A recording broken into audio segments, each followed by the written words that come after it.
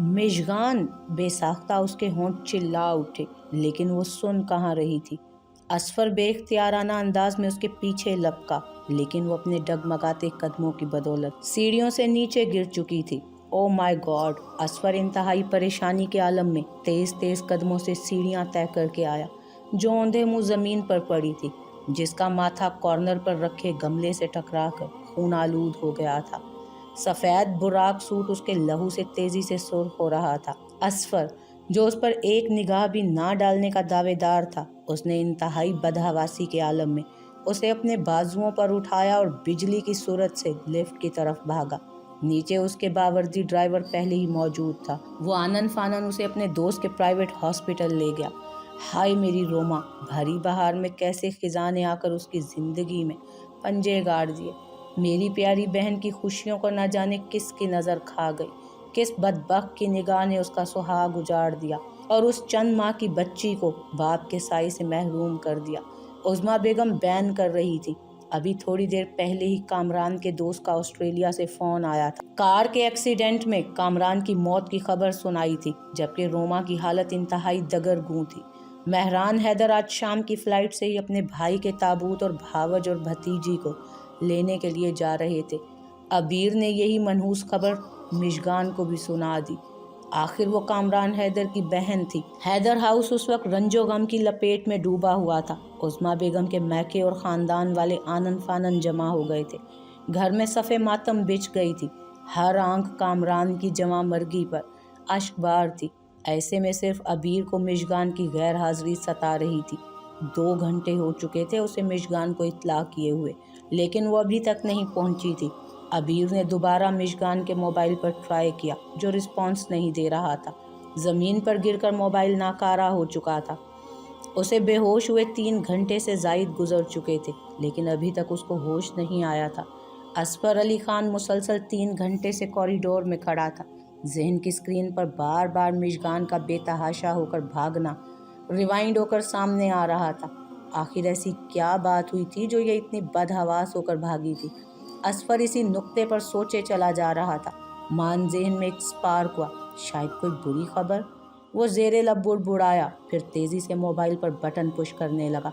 Yes sir, Rashid साहब की खुशामदाना आवाज़ उभरी। रशीद साहब ज़रा मिशगान की टेबल पर जाइए, वहाँ कोई सामान है, वो बारोब लहजे में बोला। थोड़ी देर खामोशी के बाद रशीद साहब की आवाज़ आई। सर, उनका पर्स और ज़मीन पर मोबाइल पड़ा है, जो गिरकर नाकारा हो चुका है। न जाने क्या बात हुई थी जो वो इतनी उजलत में बाहर भागी थी। रशीद साहब भी हैरान हैरान से बोले। असफर के यकीन पर मोहर सख्त हो गई कि यकीनन मिशगान को कोई बहुत बुरी खबर सुनाई दी थी, जिसे सुनकर वो अपने हवास छोड़कर भागी थी। ओके, असफर ने यह कहकर लाइन ड्रॉप कर दी, फिर अपने ड्राइवर को उसके घर इत्तला देने के लिए भेजा। इसी असना में डॉक्टर आमिर बाहर आया, जो असफर का बहुत अच्छा दोस्त भी था।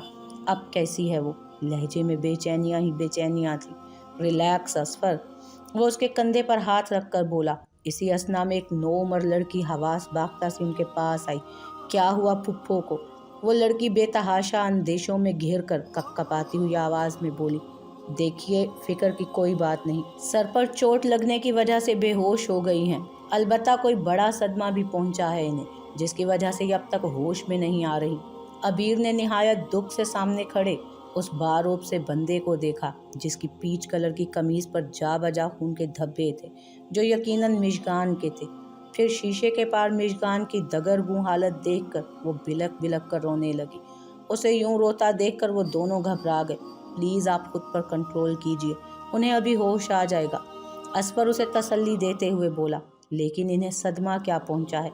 आमिर ने असफर के मुंह की बात छीन ली थी। वो डॉक्टर साहब, मेरे चाचू रोड एक्सीडेंट में, इतना कहकर वो खुद भी बुरी तरह रो दी। ओह, दोनों के होंठ सुकड़ गए। हमें अफसोस है, और शायद यही सदमा। डॉक्टर साहब, पेशेंट को होश आ गया है। डॉक्टर आमिर की बात बीच में ही रह गई थी जब नर्स भागती हुई बाहर आकर बोली। तीनों अंदर की तरफ लपके थे। मिशगान अबीर को देखकर इस बुरी तरह बिखरी के फिर तीनों को उसे संभालना मुश्किल हो गया। आज वो अपने अंदर जमा सारे आंसू बहा देना चाहती थी। असफर को मिशगान की ये हालत दुख की अथाह गहराइयों में धकेल रही थी। मजबूरन डॉक्टर आमिर ने ज़बरदस्ती मिशगान को नींद का इंजेक्शन लगा दिया। वो एक बार फिर होशो खर्च से बेगाना हो चुकी थी। सोते हुए भी कुछ कुछ देर में एक आध सिसकारी उसके भींचे हुए लबों से आज़ाद हो जाती। सरसों के फूल की मानित जर्द चेहरा, कपकपाते बेबस होंठ और दुख से लरसती पलकें उसकी निगाहों की गिरफ्त में थी। सर आप जाएं, मैं मिशगान फुप्पो के पास हूँ। अबीर जान गई थी कि ये मिशगान के बॉस हैं जो उन्हें अस्पताल लाए हैं। काश मैं फुप्पो को ये खबर फ़ोन पर ना बताती। वो पछतावों में घिरी हुई थी। असफर ने भी अपना जाना मुनासिब समझा और डॉक्टर आमिर को उसका ख्याल रखने की हिदायत करके चला गया। अबीर को रह रहकर माँ का संग दिलाना रवैया याद आ रहा था। जब ड्राइवर ने आकर उन्हें मिशगान के हादसे के बारे में बताया तो उन्होंने कितनी नफरत से कहा था, पड़ा रहने दो उसे अस्पताल में, उसकी नहूसत ही इस घर की खुशियों को खा गई है। लेकिन अबीर ऐसी संगदिली का मुजाहिरा ना कर सकी और ड्राइवर के साथ चली आई। रात गई मिशगान की हालत संभली तो वो एक बार फिर रो दी। उस वक्त उसे अबीर का सहारा बहुत बड़ी नेमत लग रहा था। फुफ्फो प्लीज़ अपने आप को संभालिए। वो नाजुक सी कम उम्र लड़की उसे संभालने की कोशिश कर रही थी। मिशगान ने अपने मुंतशिर वजूद को एक बार फिर संभालने की कोशिश की। अब जो हो चुका था उसे बदला तो नहीं जा सकता था। निशा की मासूम आहें और बेबस सिसकियां कामरान हैदर को ले डूबी थी। उस रात ज़बरदस्ती डिस्चार्ज होते वक्त उसे अस्पताल के बिल का ख्याल आया तो वो हरासां हो गई। इतना भारी बिल वो कैसे अदा करेगी। फुफ्फो चलिए, अबीर की आवाज़ ने उसकी सोचों का इर्तकाज़ तोड़ा। लेकिन अबीर वो हकला सी गई। वो आपकी कंपनी ने अदा कर दिया है, अबीर धीरे से बोली। कंपनी वालों ने? उसे अच्छा खासा चंभा हुआ, लेकिन ये वक्त ऐसी बातें सोचने का नहीं था। वो अबीर के हमरा घर आ गई। थके थके कदमों से घर में दाखिल हुआ तो दीनू बाबा को मुतफ़िक्र पाया। अस्सलामुअलैकुम बाबा, असफर ने निहायत आहिस्तगी से सलाम किया। दीनू बाबा उसका मुज़महिल और निढाल निढाल सा अंदाज देखकर चौंक गए। मान उनकी नज़र असफर के गिरेबान पर लगे खून के धब्बों पर पड़ी तो वो सख्त परेशान हो गए। अरे असफर बेटा, ये खून कैसा है? असफर उनकी बेचैनी और परेशानी देखकर मुस्कुरा दिया जो उनके चेहरे से हवैदा थी। एक उन्हीं का तो वजूद था जिन्हें असफर अपना समझता था। दीनू बाबा यहाँ के बहुत पुराने और वफादार मुलाजिम थे। असफर को उन्होंने अपने हाथों से पाला था। वो असफर से बहुत मोहब्बत करते थे और असफर भी उनकी बहुत इज्जत और एहतराम करता था। 7 साल पहले प्लेन क्रैश में असफर के वालिदैन जाँ बहक हो गए थे। चूँकि दोनों ने समाज और ख़ानदान से टक्कर लेकर शादी की थी, लिहाजा असफर का अपने ननियाल और दुदियाल दोनों से कोई ताल्लुक़ नहीं था। अलबत्ता डेथ के बाद कुछ लालची रिश्तेदारों ने असफर से मिलना चाहा, लेकिन असफर इतना नासमझ नहीं था जो उनकी नीयतों को ना भांप सकता। वो किसी से भी मिलना पसंद नहीं करता था। सिर्फ दीनू बाबा ही उसके माँ बाप और ख़ानदान थे। कितना अकेला और तन्हा रह गया है। प्यार, मोहब्बत, तवज्जो, इन जज्बों से कोसों दूर सिर्फ पैसा कमाने की मशीन बन गया वो। दीनू बाबा असफर की शिकस्ता हालत को देखकर दुख से सोच रहे थे। बेटा, तुमने बताया नहीं ये खून किसका है? दीनू बाबा ने फिर अपना सवाल दोहराया तो असफर जैसे संभला। वो बाबा, मेरे दोस्त का एक्सीडेंट हो गया था तो मैं उसे हॉस्पिटल पहुंचा कर आ रहा हूँ। बस उसी के माथे का खून। वो नपे तुले अंदाज में इतना कहकर खामोश हो गया। ओह, अब कैसा है तुम्हारा दोस्त? दीनू बाबा ने फिक्रमंदी से पूछा तो यकदम असफर की आंखों के पर्दे पर रोती बिलखती मिशगान आ गई।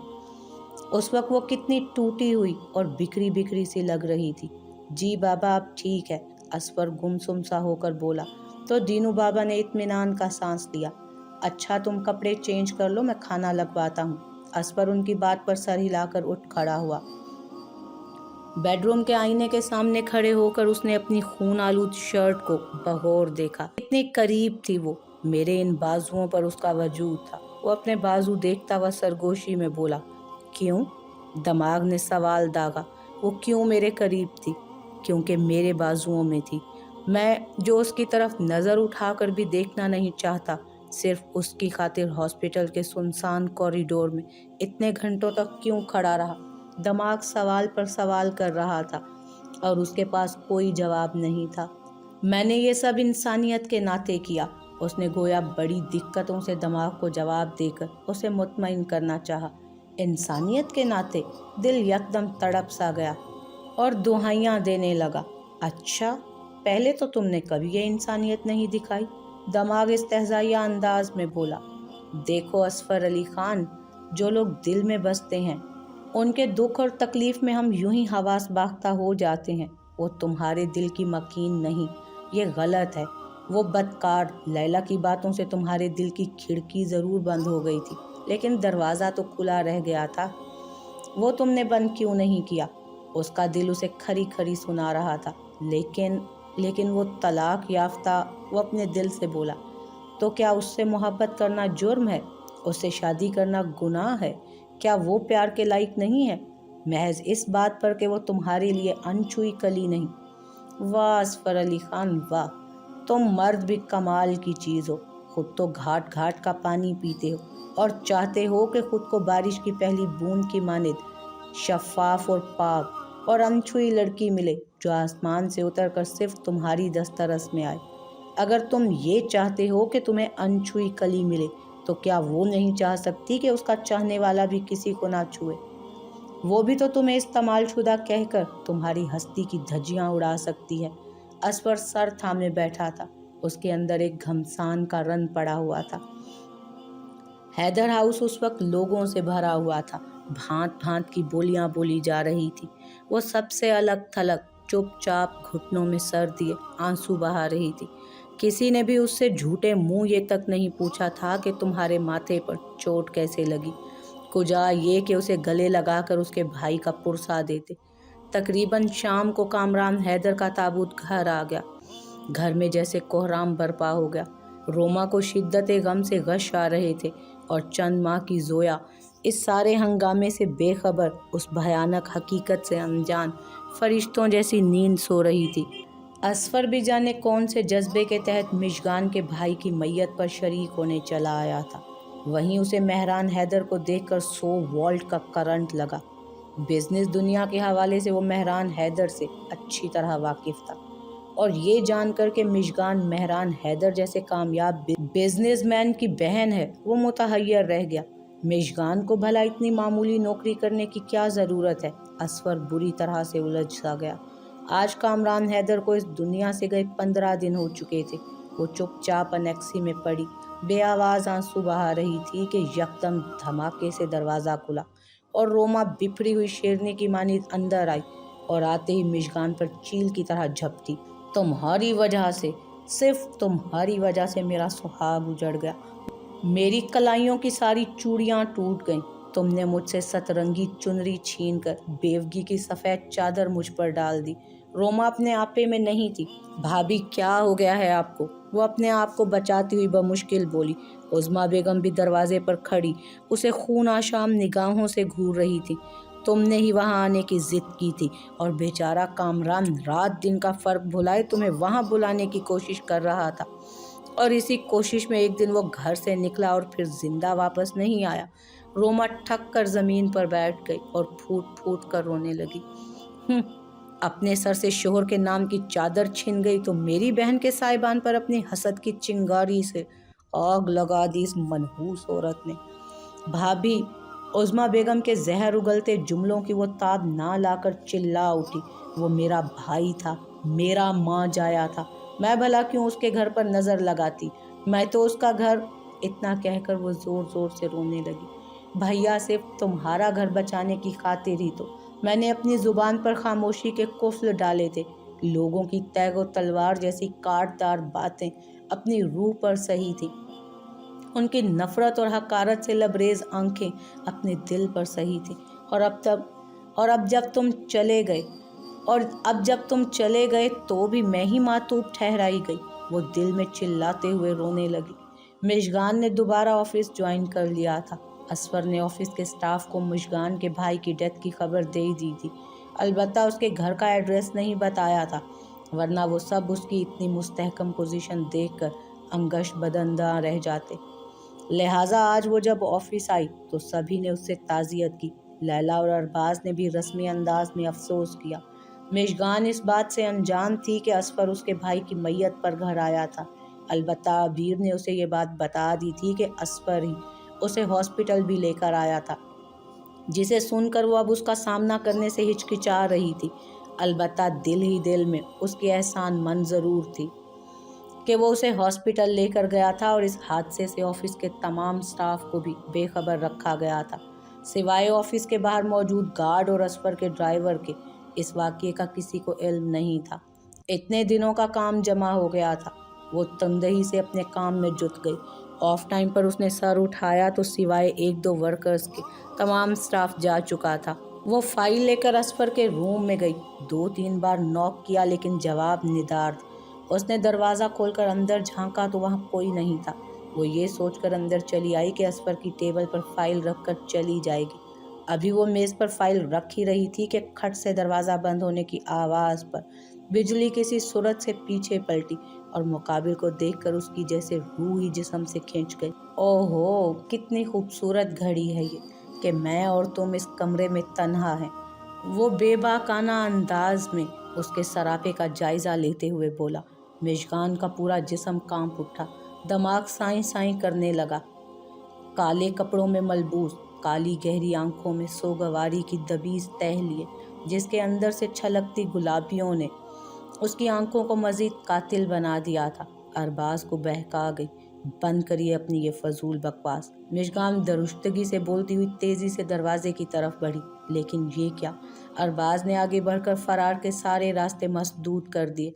मिस्टर अरबाज, होश कीजिए, छोड़िए मेरा रास्ता। मिशगान कांपती हुई लड़खड़ाती आवाज़ में बेरब्त सी होकर बोली। अरे जान, तुम्हारे इस हसीन मुखड़े और दिलकश सरापे ने मुझे खुद से ही बेगाना कर दिया है और तुम कहती हो कि मैं होश करूं। अरबाज गुनगुनाकर बोलते हुए उसकी तरफ बढ़ा। खबरदार जो एक कदम भी आगे बढ़ाया मैं शोर मचा दूंगी, वह हकला कर बोली। अरबाज कहकहा लगाकर हंस पड़ा।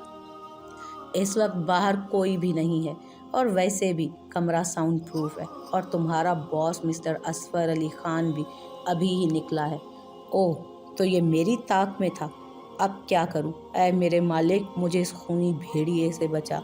मिशगान दिल ही दिल में दुआएं मांगने लगी। यकदम उसने मिशगान की फूल जैसी कलाई अपने दरिंदे नुमा हाथों में जकड़ दी और बास छोड़ो मेरा हाथ, वो हलक के बल चिल्लाई थी। और शायद ये कबूलियत का वक्त था कि यकलक दरवाज़ा ज़ोर ज़ोर से बजाया जाने लगा। अरबाज और मिशगान दोनों ने बेसाख्ता दरवाजे की तरफ देखा। असफर, जो घर जाने के लिए ऑफिस से काफ़ी दूर निकल आया था, मान अपना मोबाइल याद आने पर गाड़ी रिवर्स करके ऑफिस आया था, जिसे वो अपने कमरे में भूल आया था। पार्किंग पर अरबाज की गाड़ी खड़ी देखकर वो बुरी तरह चौंक गया। फिर जैसे कोई ख्याल बिजली की मानित कूदा। जिस वक्त वो उजलत में अपने रूम से निकला था, मिशगान फाइल में सर निवाड़े दुनिया व माफिया से बेखबर काम में मसरूफ़ थी। उसे असफर के जाने का भी एहसास ना हुआ। वो तीर किसी तेज़ी से तकरीबन भागते हुए अंदर आया और अपने रूम का दरवाज़ा लॉक्ड देखकर उसे बेतहाशा अंदाज में पीट डाला। उसका ख्याल 100% दुरुस्त साबित हुआ। सुर्ख आंखें लिए अरबाज ने काफ़ी घबरा कर दरवाज़ा खोला। असफर जिस तेज़ी से अंदर आया, उसी तेज़ी से कोई वजूद उससे बुरी तरह टकराया और उसके शाने से लिपट कर बुरी तरह सिसक उठा।